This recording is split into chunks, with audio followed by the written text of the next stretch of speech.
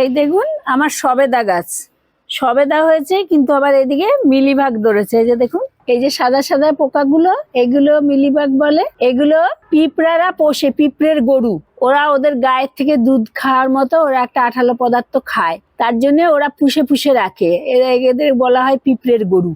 আর সেই পিঁপড়ের গরুগুলো পুষে, আর এগুলোকে থাকলে আমার এই যে সবেদা দেখছেন হবে না, একদম পড়ে যাবে সব ঝরে। তার জন্য দেখুন আমি একটা লিকুইড তৈরি করে নিচ্ছি। এটা 1 লিটারের, একটু কম নিচের দিকে রাখতে হবে, নাহলে কিন্তু উপচে জল পড়ে যাবে। এবার দিয়ে দেব হলুদ গুঁড়ো, এই যে দেব লঙ্কা গুঁড়ো 1 চামচ 1 চামচ দিলাম। আর এটা ডিটারজেন্ট পাউডার, এটাও মোচা মোচা দিলাম। ব্যাস, এবার লাগিয়ে নেব বোতলটা। এবার ঝাঁকাবো যাতে সব গুলে যায়, ভালো করে মিশে যায়। এবার স্প্রে করে দেব। আরেকজনকে দেখুন, ইনি আমার সঙ্গে সঙ্গে থাকে, ভালো ভবিষ্যতে গাছের প্রতি আকর্ষণ হবে।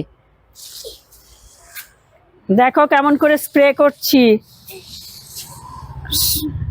সমস্ত এই যে এই স্প্রেটা কিন্তু একবার করে দিলেই হবে না। আমি আজকে ভালো করে স্প্রে করব, আবার 2-4 দিন পরে আবার করব, আবার 2-4 দিন পর, পরপর 3 বার করতে হবে। মানে কদিন পরপর 3 বার করতে হবে, তাহলে একেবারে ওদের ডিম টিম যা আছে একেবারে ছোট টোটো সব পরিষ্কার হয়ে যাবে। তা নাহলে এদের মারা খুব কঠিন। রাসায়নিক আমি তো ব্যবহার করি না, আর রাসায়নিকও পাওয়া যায় অনেক, আমি জানি একতারা নাকি একটা আছে, ওটা দিই, অনেক ভালো হয়, কিন্তু ওসব আমি দিই না। আমি নিজের এই তৈরি করা এটা দিই।